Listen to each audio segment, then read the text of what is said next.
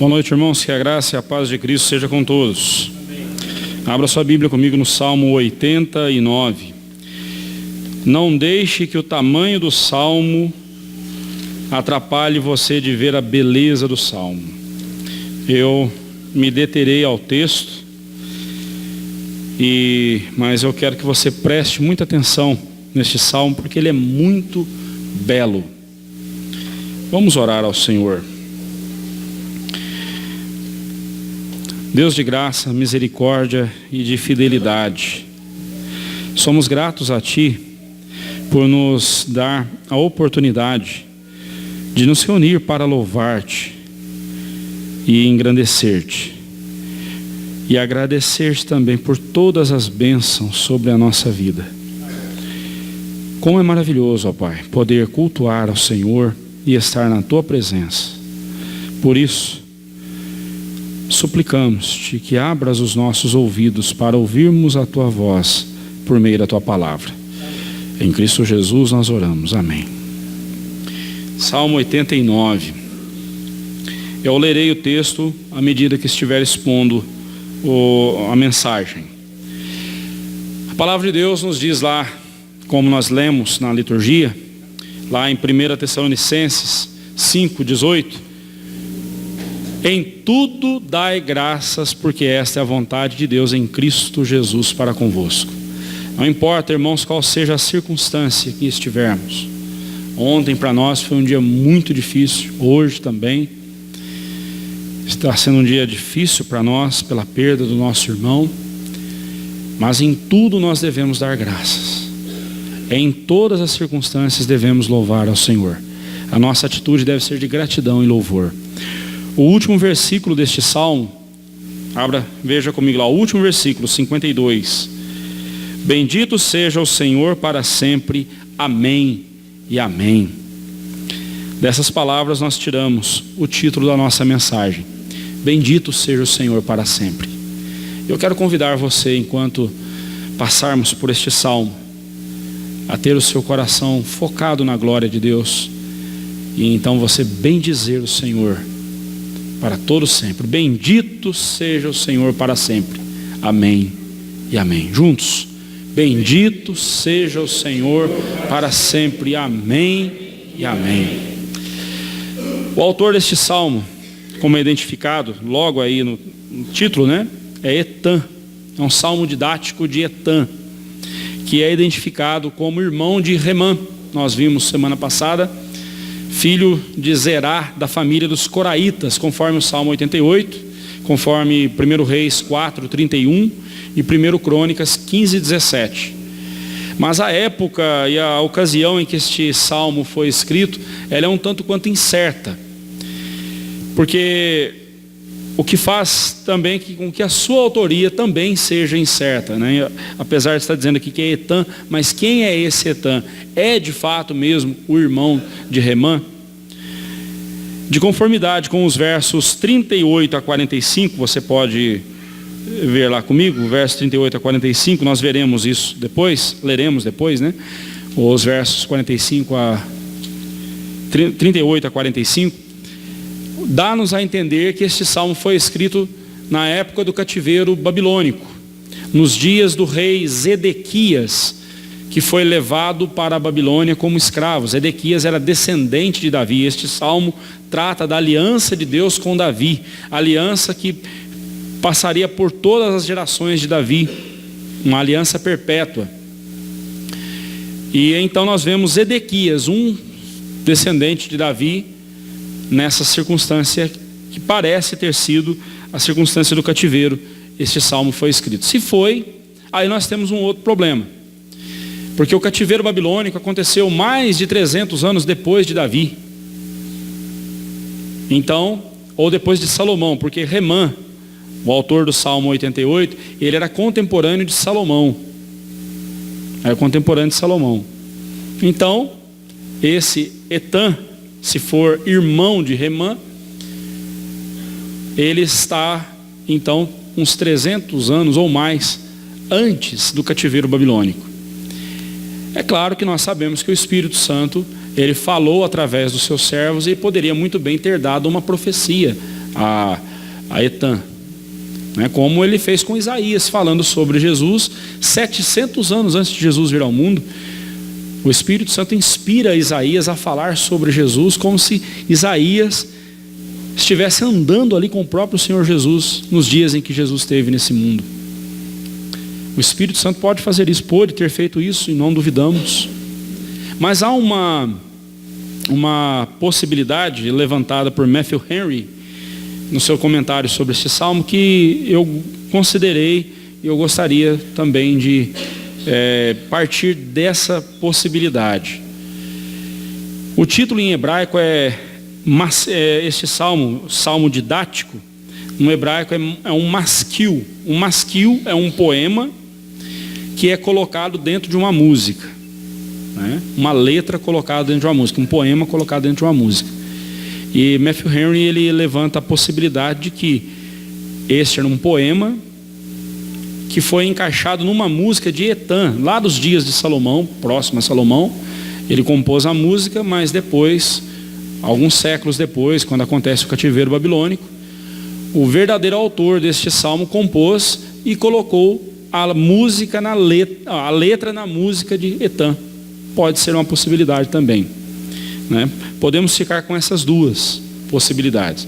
O que não podemos negar é que foi Etan que escreveu este salmo, mas este Etan, então fica essa dúvida para nós. Só uma informação para nós, né? Este é o último salmo do terceiro livro, ou do terceiro livro do Saltério. Se você olhar no Salmo 90, você vai ver que no título do Salmo 90 está escrito lá, livro 4. A partir de semana que vem, nós começaremos o quarto livro dos Salmos. Os Salmos, ele tem 5 livros. Nós temos 5 inários dentro do livro dos Salmos. Então hoje nós encerramos o terceiro inário dos Salmos. O terceiro livro dos Salmos. Vamos lá então. Ele é dividido em 2 partes. Nós podemos fazer várias divisões, mas justamente por ele ser tão grande, eu prefiro dividir ele em 2 partes. Do versículo 1 ao versículo 29, nós veremos que o Salmo tem um tom mais alegre, um tom feliz, narrando a misericórdia de Deus, a bondade de Deus, o cuidado de Deus com o seu povo, através da aliança que ele fez com Davi. E o salmista, então, ele traz um tom bem alegre na primeira parte, até o versículo 29. Do versículo 30 até o versículo 52, aí é um tom triste, porque ele passa a narrar a disciplina de Deus sobre os filhos de Israel, os filhos de Davi, que se desviaram dos caminhos do Senhor. Por isso que eu iniciei esse sermão falando sobre dar graças a Deus em todas as situações, quer sejam elas de alegria, quer sejam elas de tristeza. Quer estejamos nós com o coração exultantes de tanta paz, de tanta calmaria que estamos desfrutando em nossa vida, ou estejamos nós enfrentando luto, como estamos agora, ou estejamos nós debaixo da disciplina de Deus, por termos pecado contra Ele. Não importa a circunstância, em tudo dai graças. Em todas as situações, o crente só tem uma saída: dar graças a Deus, louvar o Senhor e dar graças a Ele. Por isso, bendito seja o nome do Senhor, bendito seja o Senhor para sempre. Amém e amém. Em primeiro lugar, então, vejamos a primeira parte desse salmo. Bendito seja Deus quando estivermos desfrutando as bênçãos da sua graça. Versículo 1 ao versículo 4. Cantarei para sempre as tuas misericórdias, ó Senhor. Os meus lábios proclamarão às tuas gerações, a todas as gerações, a tua fidelidade. Pois disse eu, a benignidade está fundada para sempre, a tua fidelidade tu a confirmarás nos céus, dizendo: fiz aliança com o meu escolhido e jurei a Davi meu servo. Para sempre estabelecerei a tua posteridade e firmarei o teu trono de geração em geração. Etan abre este salmo praticamente da mesma forma que ele vai encerrá-lo. Ele começa esse salmo louvando ao Senhor, bendizendo ao Senhor. Ele diz: cantarei para sempre. E lá no último versículo ele diz: bendito seja o Senhor para sempre. Louvado seja Deus para todo sempre. Da mesma forma que ele começa, ele encerra este salmo. E nesses 4 primeiros versos, nós vemos pelo que Deus deve ser louvado. E Etan então nos mostra que Deus deve ser louvado por causa do seu caráter. E o caráter de Deus está firmado nas suas misericórdias, benignidade, né? Misericórdias e benignidade têm o mesmo sentido, têm o mesmo significado. Ambas vêm da mesma palavra do hebraico, hesed, que significa a bondade de Deus, Deus derramando a sua graça livremente sobre os nossos corações. E a fidelidade de Deus, que é o ato de Deus em cumprir o que Ele diz. O que Ele fala, Ele cumpre. Quer seja uma promessa positiva, alegre, mas também uma ameaça que Ele faz, Ele cumpre também. Ele estabeleceu a aliança dele com Davi. Em toda aliança, sempre toda aliança que Deus estabeleceu, Ele sempre deixou claro a parte dele e a parte daquele com quem ele fazia uma aliança, com quem ele fez uma aliança. Então aqui nós vemos a aliança que Deus estabeleceu com seu servo Davi, o seu escolhido, né? O salmista usa as figuras de uma construção, né, de uma casa, de uma construção, para falar da aliança de Deus com Davi. Observe as palavras nos 4 primeiros versos. As palavras: fundada, confirmarás, estabelecerei, firmarei. Houve um tempo em que Davi quis fazer uma casa para Deus. Davi um dia olhou do seu palácio e viu que a arca do Senhor, Davi, morava num palácio bonito, mas a arca do Senhor ainda estava em tendas. E ele ficou inconformado com isso. Então ele decidiu construir uma casa, um templo para o Senhor, onde a arca do Senhor ficasse abrigada. Mas Deus, através do profeta Natan, lhe disse: não, você não vai fazer isso, Davi. Você não vai fazer isso porque você tem as suas mãos sujas de sangue. Mas não foi só por causa disso. Deus falou: o seu descendente vai fazer esse templo, você não. O seu descendente vai fazer esse templo. E de fato Salomão construiu o templo para o Senhor. Mas por que Deus impediu Davi de fazer o templo? Interessante, no mesmo momento em que Deus disse para Davi: Davi, você não vai fazer esse templo. Eu não pedi. De onde você tirou isso? Eu não pedi para você fazer isso. Eu tenho meu tempo de agir. Não é você que determina as coisas. Mas eu quero dizer para você uma coisa, meu filho: eu tenho uma aliança com você. E eu vou edificar para você uma casa. Eu vou edificar para você uma família.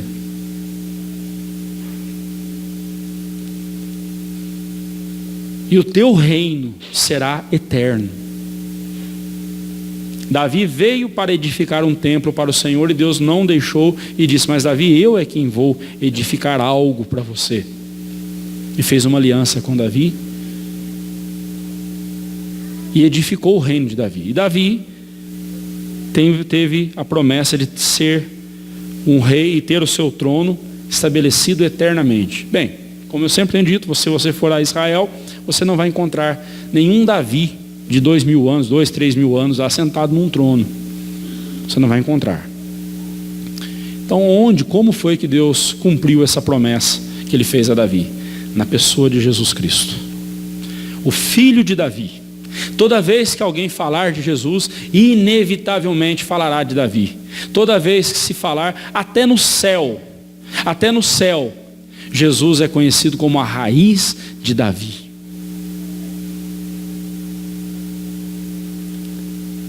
Davi sempre será lembrado porque Deus fez uma aliança. Deus escolheu Davi, não porque Davi merecesse, mas Ele escolheu Davi.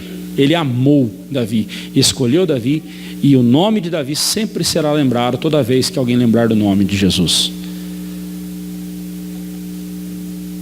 Que honra, não é mesmo? Que maravilha.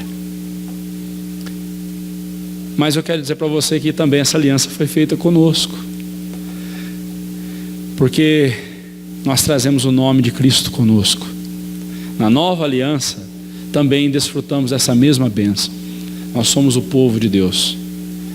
Nós temos uma aliança. Deus tem uma aliança conosco. Etã buscou na palavra de Deus as promessas que Deus havia feito, os motivos pelos quais ele louvaria a Deus para sempre, a todas as gerações. Ele busca na palavra de Deus e ele louva ao Senhor pela fidelidade do Senhor. Ele é fiel.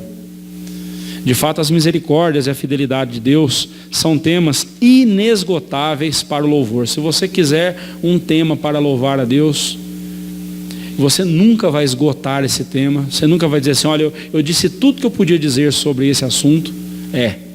A misericórdia e a fidelidade de Deus. Esse tema é inesgotável, até mesmo nos céus, por toda a eternidade.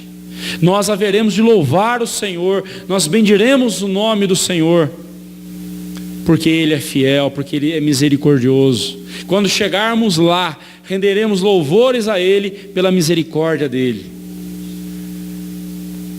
Como disse John Newton no seu célebre hino Amazing Grace: quando tivermos 10.000 anos, ainda teremos muito o que louvar a graça do Senhor. Embora lá no céu não se conta o tempo, né? Obviamente John Newton simplesmente estava dizendo da eternidade. Por toda a eternidade nós jamais esgotaremos esse assunto. Louve a Deus, bendiga o Senhor pela misericórdia e pela fidelidade dele, meu irmão. E faça como Etã fez. Inspire-se na palavra de Deus. Tire da palavra de Deus o louvor ao Senhor. Louve ao Senhor conforme a palavra dele. Etã buscou nas palavras do Senhor o assunto para louvar o Senhor. A gente não precisa ficar inventando assuntos, e nem devemos. Nem devemos ficar inventando assuntos. Só a palavra de Deus é a fonte inesgotável para o assunto principal do nosso louvor: a misericórdia e a fidelidade do Senhor. Continuando, verso 5 em diante: celebram os céus as tuas maravilhas, ó Senhor, e a Assembleia dos Santos a tua fidelidade. Pois quem nos céus é comparável ao Senhor? Entre os seres celestiais, quem é semelhante ao Senhor? Deus é soberano, tremendo na Assembleia dos Santos, temível e temível sobre todos os que o rodeiam. Ó Senhor, Deus dos exércitos, quem é poderoso como tu és, Senhor? Com a tua fidelidade ao redor de ti, dominas a fúria do mar. Quando as suas ondas se levantam, tu as amainas. Calcaste a Raabe como um ferido de morte, com o teu poderoso braço dispersaste os teus inimigos. Teus são os céus, tua a terra, o mundo e a sua plenitude, tu os fundaste.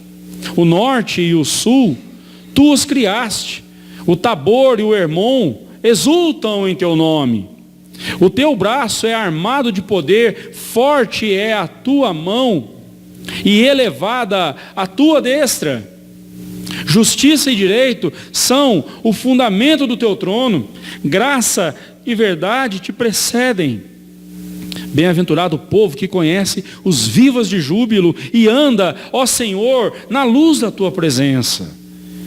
Em teu nome, de contínuo, se alegra e na tua justiça se exalta, porquanto tu és a glória, de sua força. No teu favor avulta o nosso poder. Pois ao Senhor pertence o nosso escudo e ao Santo de Israel, o nosso Rei.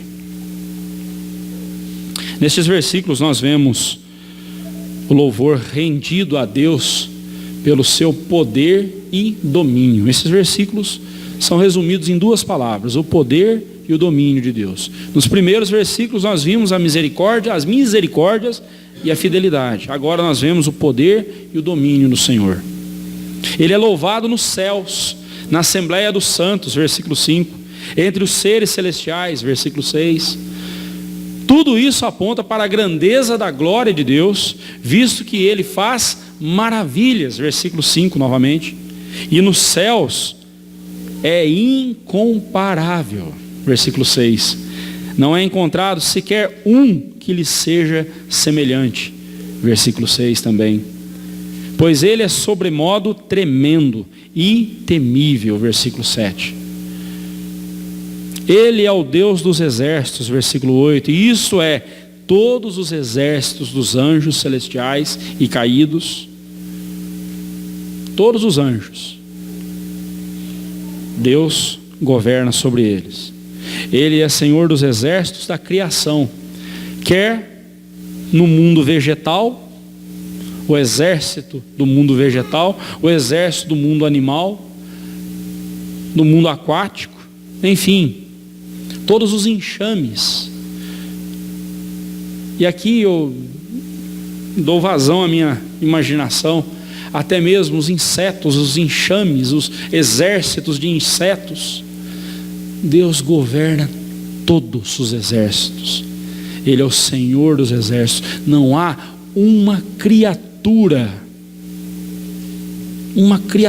sequer, formigas, gafanhotos, nós vemos na Bíblia, exército, o enxame de gafanhotos, muitas vezes, a praga de gafanhotos vindo sobre a terra e assolando a terra.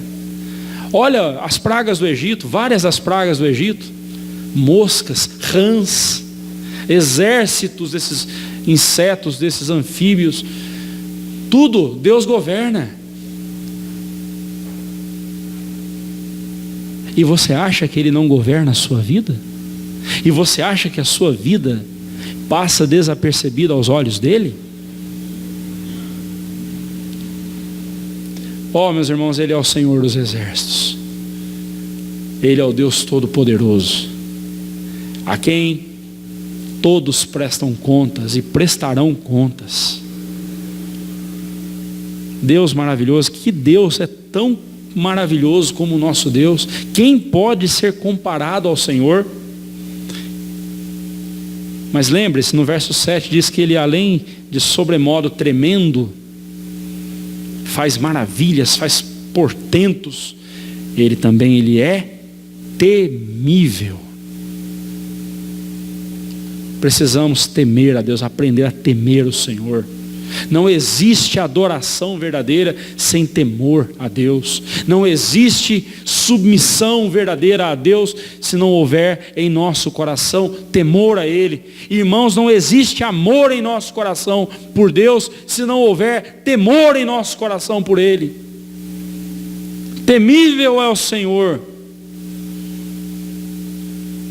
E para aplacar a ira dele contra nós, foi preciso o Filho dele se interpor entre nós e Deus, e suportar a ira de Deus, porque nós não suportaríamos. Jesus suportou por nós. Tão poderoso é esse Deus, tão misericordioso Ele é, mas Ele é temível também, e por isso não podemos brincar com o nome dele. Eu lamento quando vejo piadas com o nome do Senhor.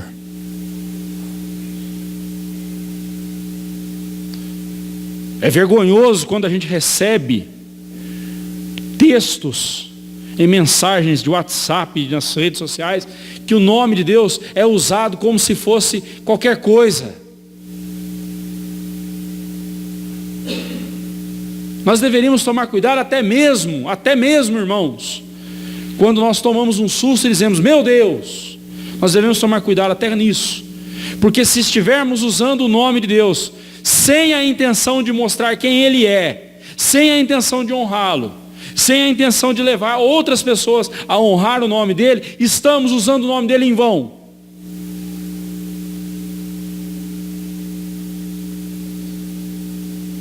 Devemos tomar muito cuidado com isso, irmãos. O nome de Deus é santo, Ele é temível. Ele domina a fúria do mar, versículo 9. O mar se levanta, Ele diz, cala-te. As ondas atendem ao meu mandar, sossegai. Não é assim? E por que o seu coração não se aquieta diante do Senhor? É porque o seu coração é mais forte do que o mar? A criação obedece a Deus. Não meça forças com Deus, renda-se a Ele. Não meça forças com Ele. Renda-se ao Senhor, porque ninguém pode segurar a mão de Deus.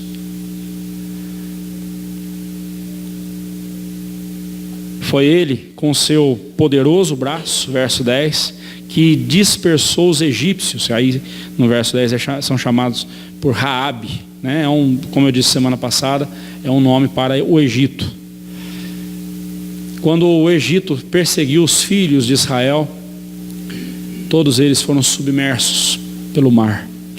No mesmo mar onde os filhos de Israel atravessaram a pé enxuto, os egípcios morreram afogados. Por quê? Porque Ele é poderoso. O mar se fechou quando Deus mandou. O mar se acalmou quando Cristo falou: cala-te.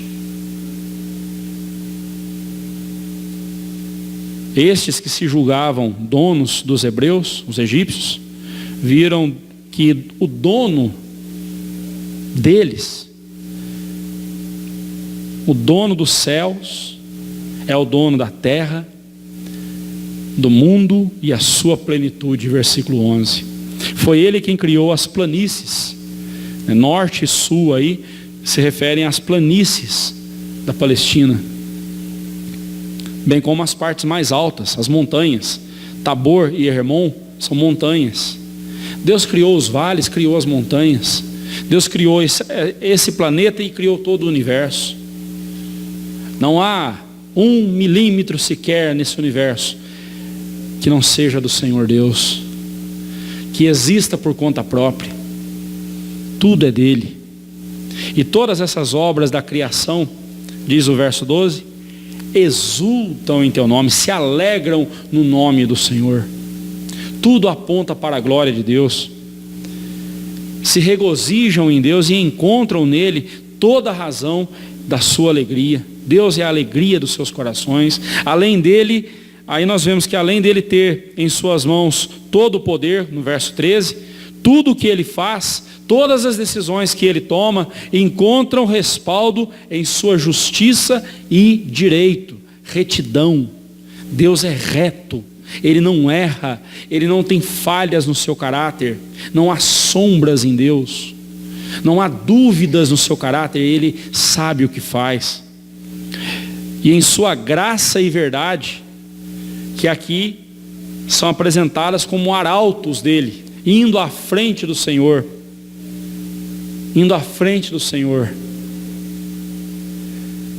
dizendo: o teu rei vem, o teu rei vem. E foi assim, há 2000 anos atrás, Jesus veio em graça e verdade, e vimos a sua glória, glória como a do unigênito do Pai, diz o apóstolo João. Mas ele voltará, e dessa vez ele não voltará em graça, dessa vez ele voltará em majestade e glória. Ele virá para subjugar todos os inimigos, destruí-los de vez, e para recolher a sua igreja e dizer à morte: devolva os meus, e dizer a estes: tenham corpos glorificados e venham ao meu encontro, subam comigo e assistam o meu julgamento. Eu julgarei a terra, eu mostrarei a minha glória, eu mostrarei a minha ira contra o pecado. Mas a vocês, minha igreja, meu povo, abrirei os portões celestiais, a glória eterna. Esse é o nosso Deus. Esse é o nosso Deus. Bem-aventurado então o povo que conhece os vivas de júbilo e anda, ó Senhor, na luz da tua presença. Verso 15. Feliz o povo que louva ao Senhor, que conhece o que é o louvor ao Senhor e louva ao Senhor. Você tem ideia do prazer e do privilégio que você tem? Se você não tem prazer em louvar a Deus, meu irmão, tem algo muito errado acontecendo com você. Ou você perdeu o foco da sua vida, que é a glória de Deus, ou pior, você nem convertido é. Nem posso te chamar de irmão. Mas não deve haver para o crente motivo maior, alegria maior, prazer maior do que louvar ao Senhor, do que bendizer o nome do Senhor, porque é isso que nós temos de mais precioso nesse mundo. A atividade mais honrosa para nós nessa vida é o louvor ao Senhor. E por toda a eternidade passaremos também louvando ao Senhor. Bendiremos o nome dele por todo sempre. Que Deus enche o nosso coração de vontade de louvá-lo dia após dia, e tenhamos nós não só o reconhecimento desse prazer, mas tenhamos prazer em louvar ao Senhor. Bem-aventurado significa feliz de verdade. Não existe felicidade para nós se essa felicidade não estiver na presença de Deus, não vier de Deus, porque é Ele que enche o nosso coração de alegria, de júbilo, e nos faz andar na luz da presença dEle. É Ele que ilumina os nossos passos, é Ele que nos mostra a direção. Um coração que está na presença do Senhor, louvando e bendizendo o nome dEle, anda na luz da presença dEle, sempre saberá o que fazer e quando, como fazer, porque o próprio Deus o orienta. Também, de contínuo se alegra esse povo, e na justiça de Deus se exalta, verso 16, porque Deus é a glória de sua força, e pela sua graça o seu povo tem suas forças renovadas e aumentadas, verso 17. Por que então o seu povo trocaria por outros deuses? Porque nós muitas vezes trocamos Deus por deuses que o nosso coração cria. Oh, meus irmãos, que tolice a nossa, que loucura é a nossa, deixar de ter prazer somente em Deus para buscar outros prazeres. Uma vida que vive chafurdada em outros prazeres e não tem prazer em Deus, não tem prazer em nada. Mas alguém que tem o seu maior prazer no Senhor, cuja força vem da glória do Senhor, essa pessoa também terá o seu coração, terá no seu coração a verdadeira felicidade. Será feliz de verdade.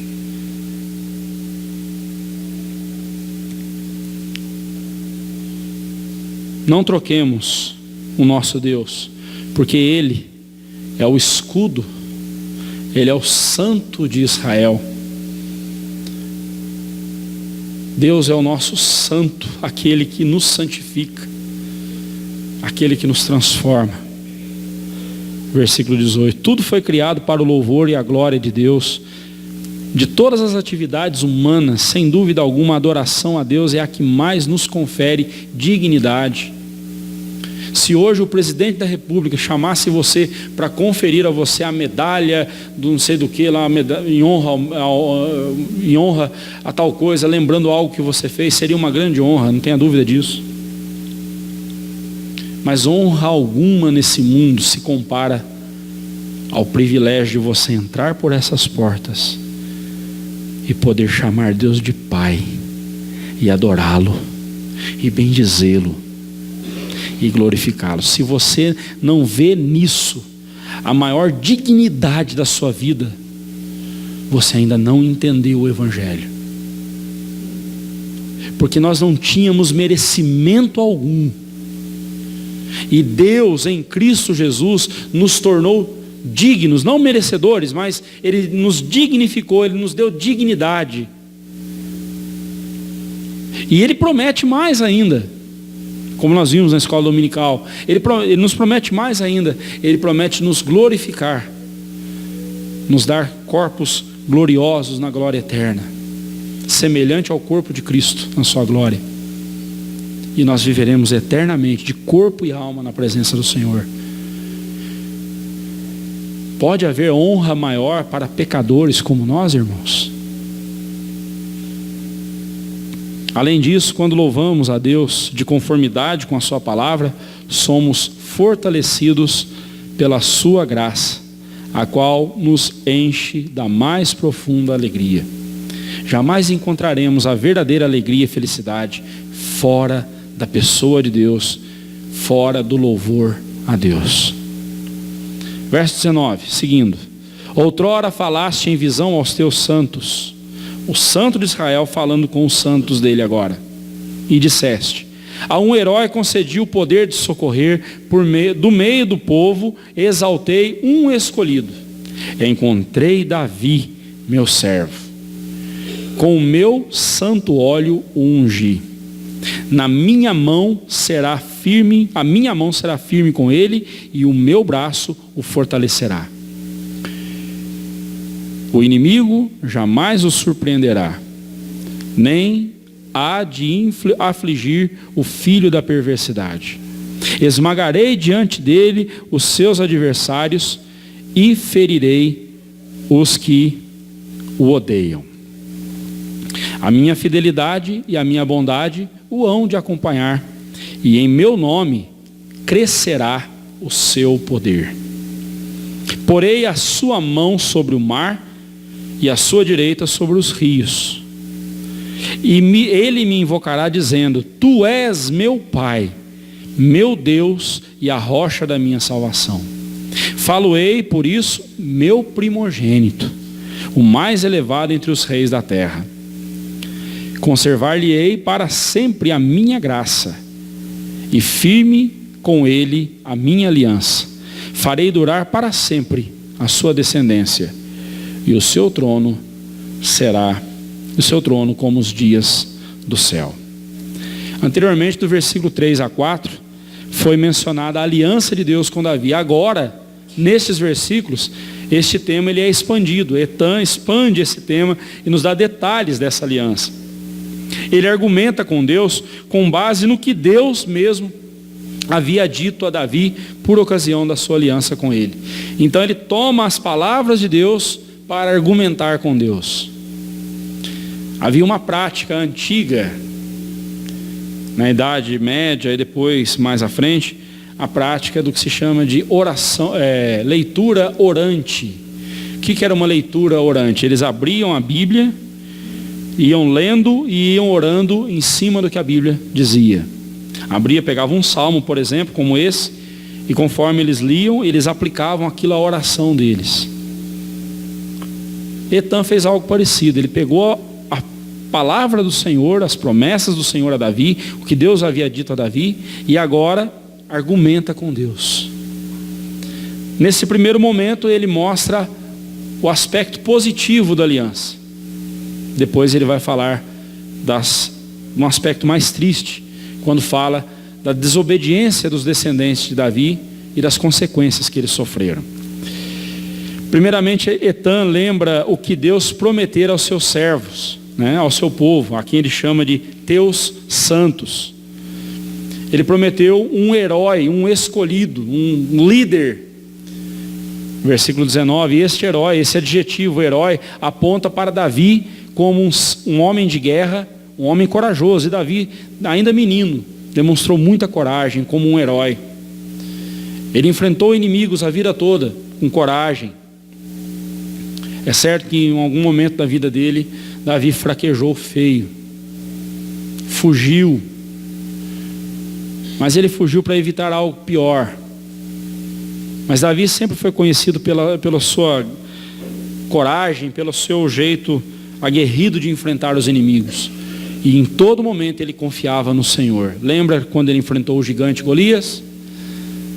Ele disse para o gigante, todo enlatado, todo aparamentado ali com as suas tralhas de guerra, e o gigante disse para ele: você está achando que eu sou cachorro para vir contra mim com paus e pedras? Davi falou assim: não, você está enganado. Eu não vou contra ti com paus e pedras, eu vou contra ti em nome do Senhor dos Exércitos, a quem tens afrontado. Ele levou 5 pedras, não foi preciso as 5, só uma deu cabo do gigante.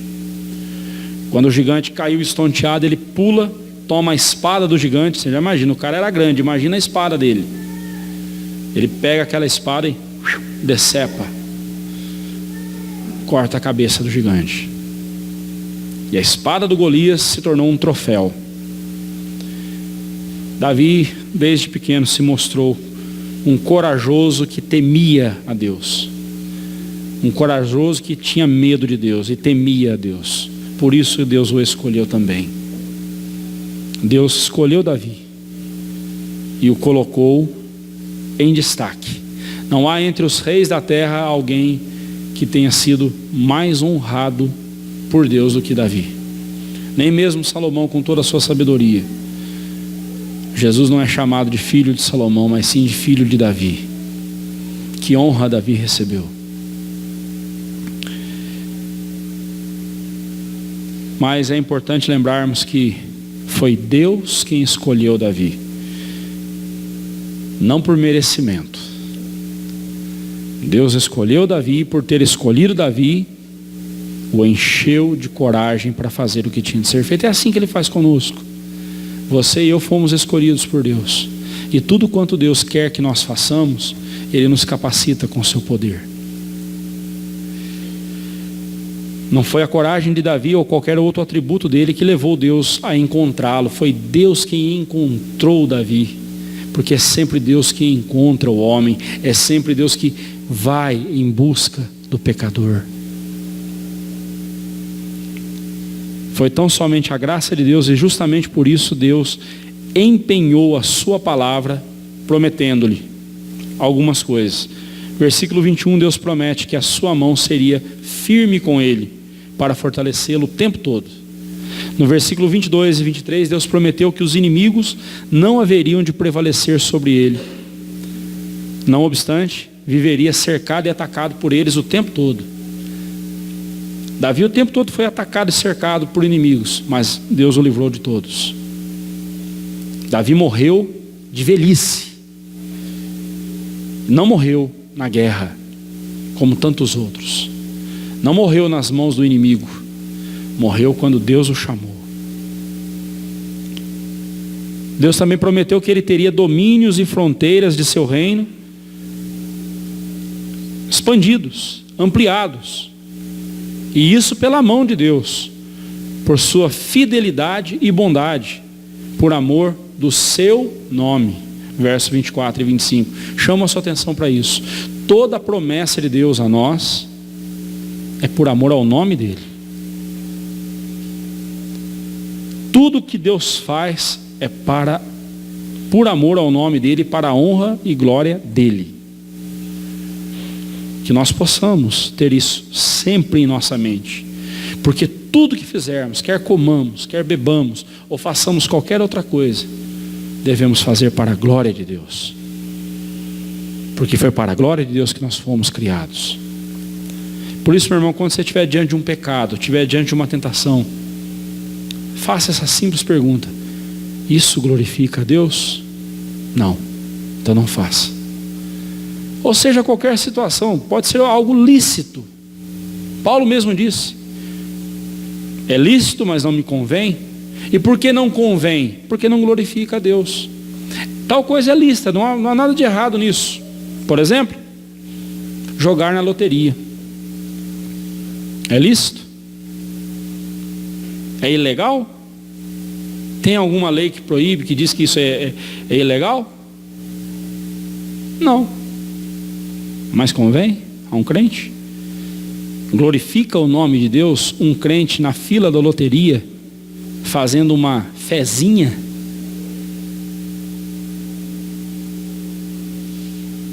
Glorifica? Não glorifica. Porque alguém que vai fazer uma fezinha vai na esperança de ficar rico. E nós devemos lembrar que aqueles que querem ficar ricos, porque muitos os que quiseram ficar ricos, caíram em ciladas e trouxeram grandes dores para si, diz a palavra de Deus. E geralmente quem quer ficar rico sem trabalhar, não só perde o pouco que tem, quando também perderá, se vier a ganhar alguma coisa. Porque o que vem fácil, vai fácil, não é mesmo? Mas isso tudo não é motivo para deixarmos, o principal motivo para deixarmos de tal ato, é porque isso não glorifica a Deus. Você glorificará o nome do Senhor quando você levanta cedo, vai trabalhar,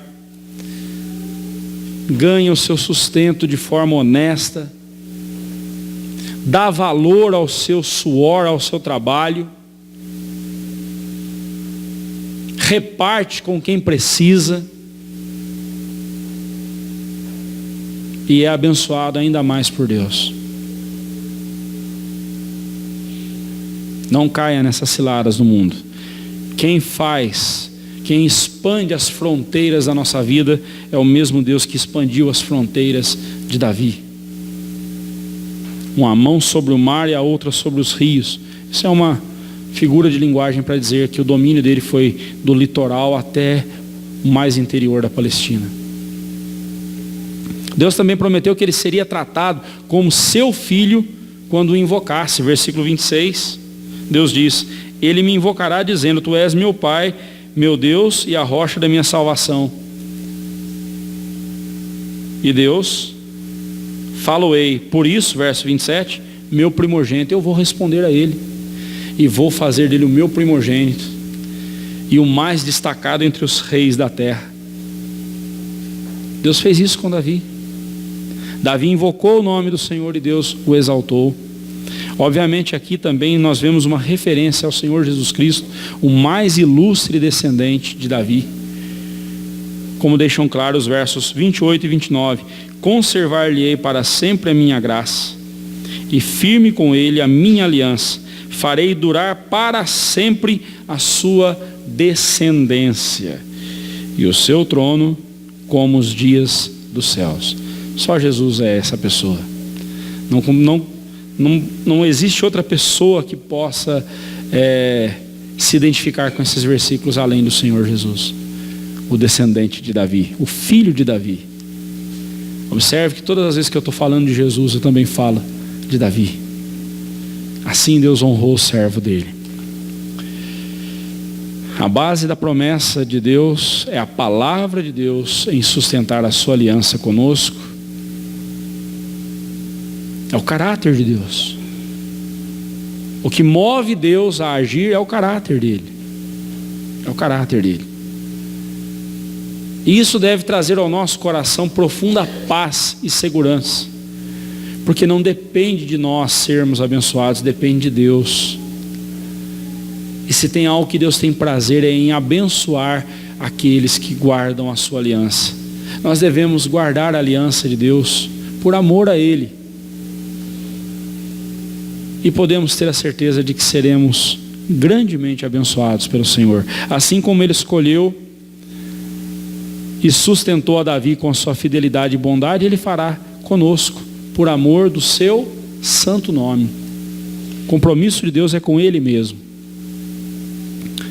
A Davi Deus concedeu um reino que o tornaria memorável para sempre. Davi seria sempre lembrado na pessoa de Jesus Cristo. Davi sempre será lembrado como aquele que foi o grande ancestral de Jesus Cristo, e Jesus Cristo, o seu mais ilustre descendente. A nós Deus nos deu em Jesus Cristo o seu reino eterno, tal como aconteceu com Davi. Davi recebeu um reino e ele sempre será lembrado como o rei, o grande rei Davi, por causa de Jesus. Nós, por causa de Jesus, recebemos também o reino dos céus. E podemos entraremos um dia pelos portais da glória eterna. Amém.